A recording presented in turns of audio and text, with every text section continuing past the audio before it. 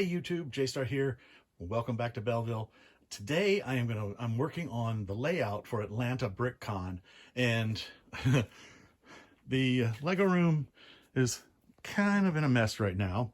But this is a section that I'm working on. I'm making a U shape with my three 8-foot tables, and I'm adding in these road plates right here. Okay, so I'm gonna have the botanical garden on the corner. See, it's gonna be 360, so people can walk all the way around it. So I want to make sure that there's something good to look at on all sides. But I'm having trouble here because I wanted to connect this part of the city with this part of the city. So putting a corner building there just left a little bit of like walking space between there and there. So I decided to put in a curve, but then I've got the back of Sanctum Sanctorum and the side of the Lego Grand Emporium. So what I'm going to do is I'm going to build two facades, just about 4 deep, on the edge of this corner plate to fill in this area so that when you look this way, you'll have a nice view. And then when you're inside the U looking down this main street, you'll have a nice view of something cool to look at. So that's what I'm working on. So here's part of the plan. I put them on note cards and drew out little 1-inch squares to try to figure my layout so I can move it around and stuff. This isn't even all of it. There's going to be 3 8-foot tables put into a U, and as you can see, there's my little square, which is over there, and then the boutique hotel. Where's the boutique hotel? Right there is right there, and it goes around to Dino Museum, the new town hall. Wait, expand that. New town hall and the art center and stuff. So then we have Dino, town hall, library, art center, etc. And then it ends here with the Lego store. Anyway, this is the one that we're worried about, is this little corner. So that's what I'm working on. Okay, so I've prepped my mold plate, and that means it's a Mills plate plus an old school road plate. I need curves. I need curves in all this square of the city. So I use my old road plates, which I really love, and then make it a Mills plate. So you can see, and then I just kind of round off the corner there with some foliage and stuff. Now here for this corner, I've kind of blocked out where my facades are going to go. Didn't even know what I was going to build. I decided to put a little bump out area on this one, just to give a little more walking path. But anyway, so that's going to go right in there, like so. I think that's gonna be nice. And then just those buildings will cover all that blankness. Okay. Now I haven't decided what I'm going to build yet or what it's going to look like, but I play around all the time with different things on my build table just to see, like, you know, that with the rats as design, that might be good. And this, I just like doing the radiator grill there, my favorite little clip piece there. This one I quite like with those kind of cornerstones and then these nice corbels and a sweeping arched awning. I might end up doing that with a little bump out for a flower box. I did this as a facade for a glass shop, blown glass shop, but that might end up there too. And I've got these windows that I'm going to play with and these Harry Potter doors. So I don't know what I'm going to do yet, but we're going to see. Okay, so here I am with my first little facade building, and I think it turned out pretty good. I used that little bit of facade that I had made before. It's just got a little tiny bump out, but it is only 3 studs wide. Amazing.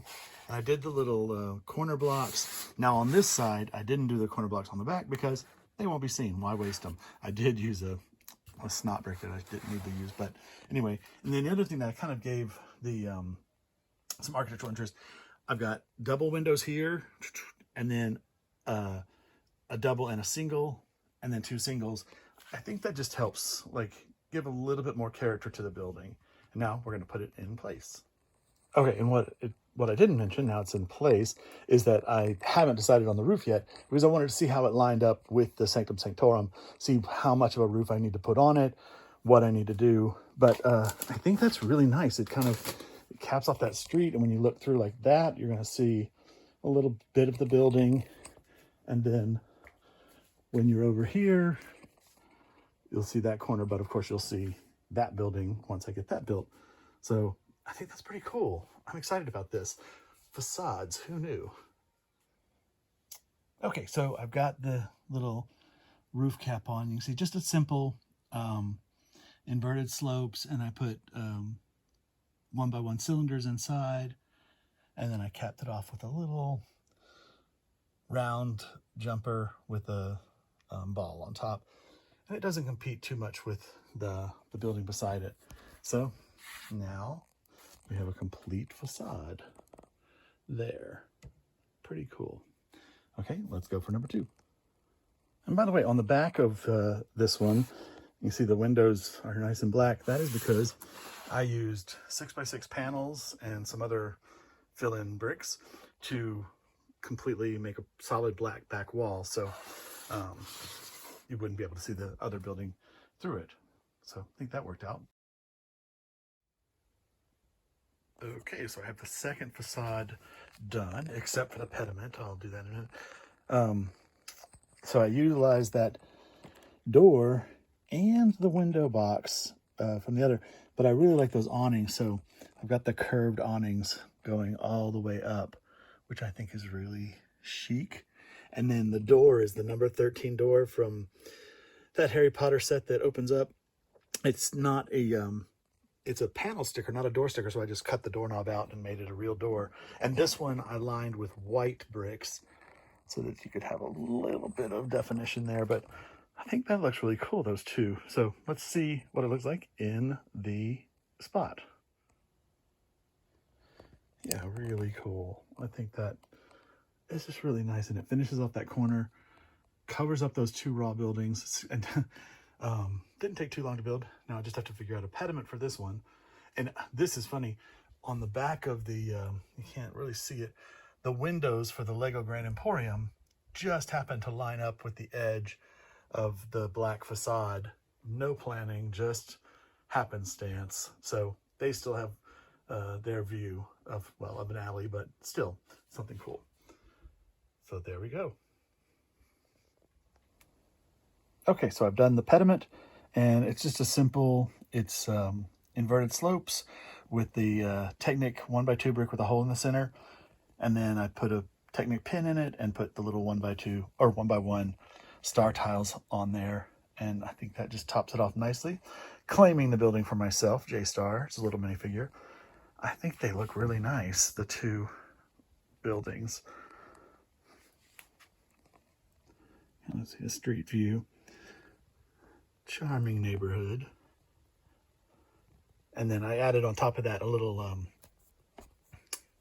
there it is, a little decoration with, that's a 1x1 stud with a hole in it, a ice cream cone, and a microphone. So I just put one on each end. I like to have architectural elements up there. Okay, perfect. Little corner facades for my Lego city. So let me know what you think. Could you use this in your city somewhere? Do you have a blank side of a building that could be capped with a facade? I feel like I want to do more of these. I'd been thinking about doing facades for a while, and finally, it's really nice to have it, to be able to do it and see what they turned out like. And I think they turned out pretty well. So please let me know. Thank you so much for watching the video. Please like, subscribe, tell your friends. From Belleville, this is J-Star saying have a great day and keep creating.